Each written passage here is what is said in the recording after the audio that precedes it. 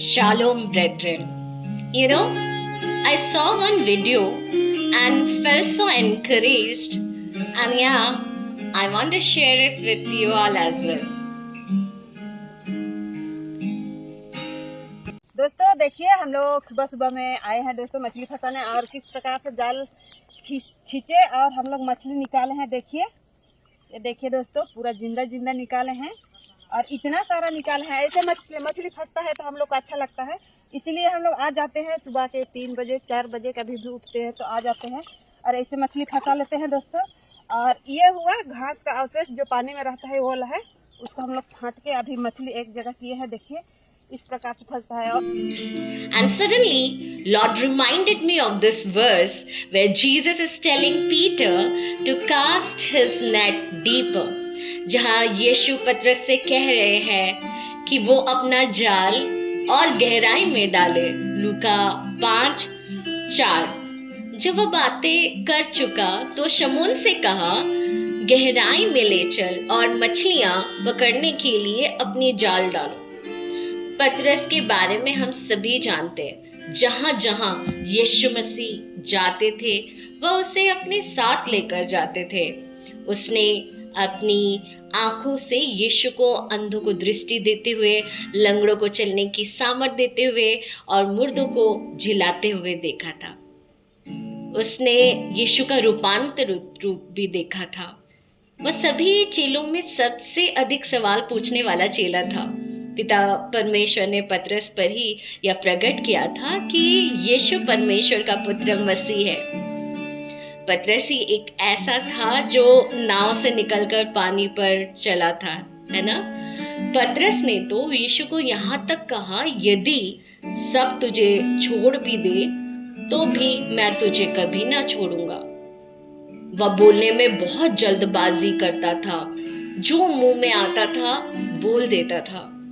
जो पतरस डरपोक हुआ करता था, जिसने यीशु का 3 बार इनकार किया, वो पतरस जब पवित्र आत्मा से परिपूर्ण हुआ तो पेंटिकोस्ट के दिन प्रेरितों के काम अध्याय 2 में उसने पहले प्रचार किया और 3000 लोग यीशु में आए। जिस मछुआरे ने यीशु का इनकार किया था वही अब फसल भी ला रहा है। Praise god, hallelujah. यीशु ने पतरस जैसे मछुआरे को क्यों चुना? पतरस पास्टर नहीं था, एक मछुआरा था। यीशु ने फरीसी को नहीं, मछुआरों को चुना। क्यों? पतरस के अंदर छुपी ऐसी क्या बातें थी जो परमेश्वर ने जांचा था?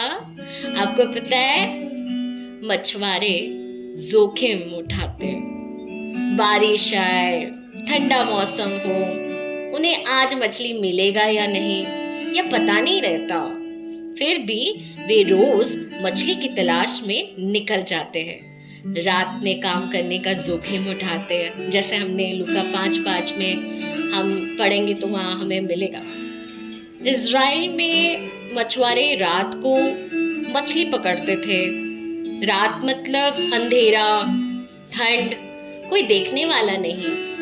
और पतरस पूरी रात मेहनत करके भी कुछ नहीं पकड़ पाया। फिर भी सुबह यीशु के कहने पर दोबारा गया। यह उसकी आज्ञाकारिता को दिखाता है। अगर आज पतरस के जगह हम होते तो बस एक रात की नाकामयाबी से हार मान जाते।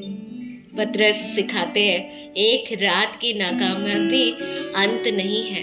हालेलुया। पतरस के पास और क्या था? पतरस के पास हिम्मत था। समंदर कमजोर दिल वालों के लिए नहीं है। मछुआरों को तूफान, आंधी, लहरों का सामना भी करना पड़ता है और वो अपनी जान की परवाह किए बिना अपने कामों में लगे रहते हैं। पतरस बहुत मेहनती था।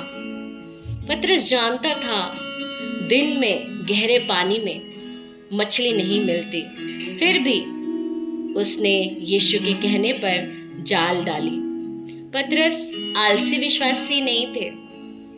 हमें आरामदायक शैलो लाइफ में बड़ी आशीष नहीं मिलती। आपको वचन में, प्रार्थना में विश्वास में गहरा जाना होता है। परमेश्वर कभी भी आलसी लोगों को अनॉइंट नहीं कर पाते। परमेश्वर सदा मेहनती लोगों को अनॉइंट करते हैं। कभी हार ना मानने वाला गुण यूहन्ना 21 में यीशु के मरने के बाद पतरस फिर मछली पकड़ने चला गया। वो भले ही हताश था, डिस्करेज्ड था, पर वो वापस समंदर पर गया। मछुआरा फेल होता है, फिर भी वो समुंदर में जाता है। पतरस के अंदर धीरज था। मछुआरा घंटे इंतजार करते हैं। यही खूबी हमने पतरस के अंदर देखी। पतरस लूका 5 में पूरी रात इंतजार किया। पतरस एक प्रभावशाली अगुआ, परमेश्वर का प्रेरित रातों रात यूं ही नहीं बन गया। Let's come back to Luka 5 verse 4, जब यीशु कहते हैं गहरे में ले चल और मछलियां पकड़ने के लिए अपने जाल डालो। जनरली हमें शैलो वाटर, उथले पानी में क्या देखने को मिलता है? कीचड़, कचरा, गंदगी, है ना। और गहरे पानी में क्या होता है? पानी साफ होता है। उथले पानी में भीड़ है, शोर है, पर मछली नहीं है। गहरे पानी में सन्नाटा है, पर वहाँ बहुत आयत है। अगर मैं किसी मछुआरे से पूछूं आपको शैलो वाटर्स में मछली मिलती है क्या? वो बोलेंगे कभी कभी छोटी मछलियाँ मिल जाती है, पर जब हम नाव को गहरे पानी में लेकर जाते हैं तो हमारे हाथ में बहुत सारी बड़ी मछलियाँ आती है। ये लर्निंग जब मैं अपने जीवन में लेती हूँ और यीशु जब मुझे कहते हैं थोड़ी गहराई में जा, मतलब गहराई मतलब सिर्फ ऊपर ऊपर से मुझे मत ढूंढो, है ना। सिर्फ सेकेंड हैंड बनना, पास्टर से, लीडर से मत रिसीव करो, है ना। हमें फर्स्ट हैंड बनना में निबर होना है। जैसे तैसे काम करना क्योंकि मुझे आज जल्दी पैकअप करना है, वैसे मत करो। थोड़ी और मेहनत करो, थोड़ा और डीपली कंसंट्रेट करो, यीशु के लिए पूरा सीरियसली कमिटेड हो जाओ और रिलेशनशिप विद गॉड मजबूत करो। यीशु से जुड़े रहने के लिए और मेहनत करो। अपनी प्रार्थनामय जीवन को मजबूत करो। फिर जब हम यीशु के गहराई में उतरते हैं, परमेश्वर का वचन को पढ़ते पढ़ते वचन हमारे अंदरूनी गंदगी, ईर्ष्या, लोभ, पुराने घाव को साफ करता है। उतला विश्वासी हमेशा सोचता है मैं ठीक हूँ। गहरा विश्वासी हमेशा कहता है प्रभु मुझे तेरी जरूरत है। उतले में हम सिर्फ हाथ धो पाते हैं, गहरे में परमेश्वर हमारा दिल धोता है। हालेलुया। गहरे में सच्चाई प्रकट होती है, गहराई सच्चाई दिखाती है। गहरे में बहुत आयत है, गहराई में बहुत आयत है। आज कलीसिया उतले में क्यों है? क्योंकि गहरे में जाने के लिए कीमत चुकानी पड़ती है। हमें अलग से समय देना पड़ता है, नींद से नाता तोड़ना पड़ता है, अपना क्रूस उठाना पड़ता है, स्वयं का इनकार करना पड़ता है। पर कलीसिया ये भी याद रखे, जो कीमत चुकाता है वह पतरस की तरह 2 नावें भर कर लाता है। जिस तरह पतरस ने अपने साथियों को जो दूसरी नाव पर थे संकेत किया कि आकर हमारी सहायता करो, और उन्होंने आकर दोनों नाव भर दी। आज यीशु आपके नाव में खड़े होकर वही बात कह रहे हैं, मेरे बेटे मेरी बेटी किनारे से निकलना, शैलो उतले से निकलना, गहरे में ले चल। Leave shallow, enter deep.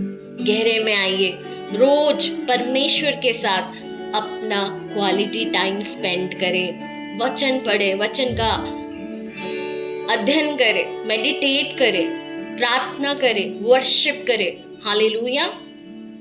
अपना जाल डालो विश्वास से, अपने सारे कार्य को परमेश्वर के हाथों में सौंप दीजिए। अपने साथियों को बुलाओ, एक दूसरे के साथ परमेश्वर ने जो बीते दिनों में आपके साथ किया है उसकी गवाही लोगों के साथ बांटिए। Praise god. हालेलुया।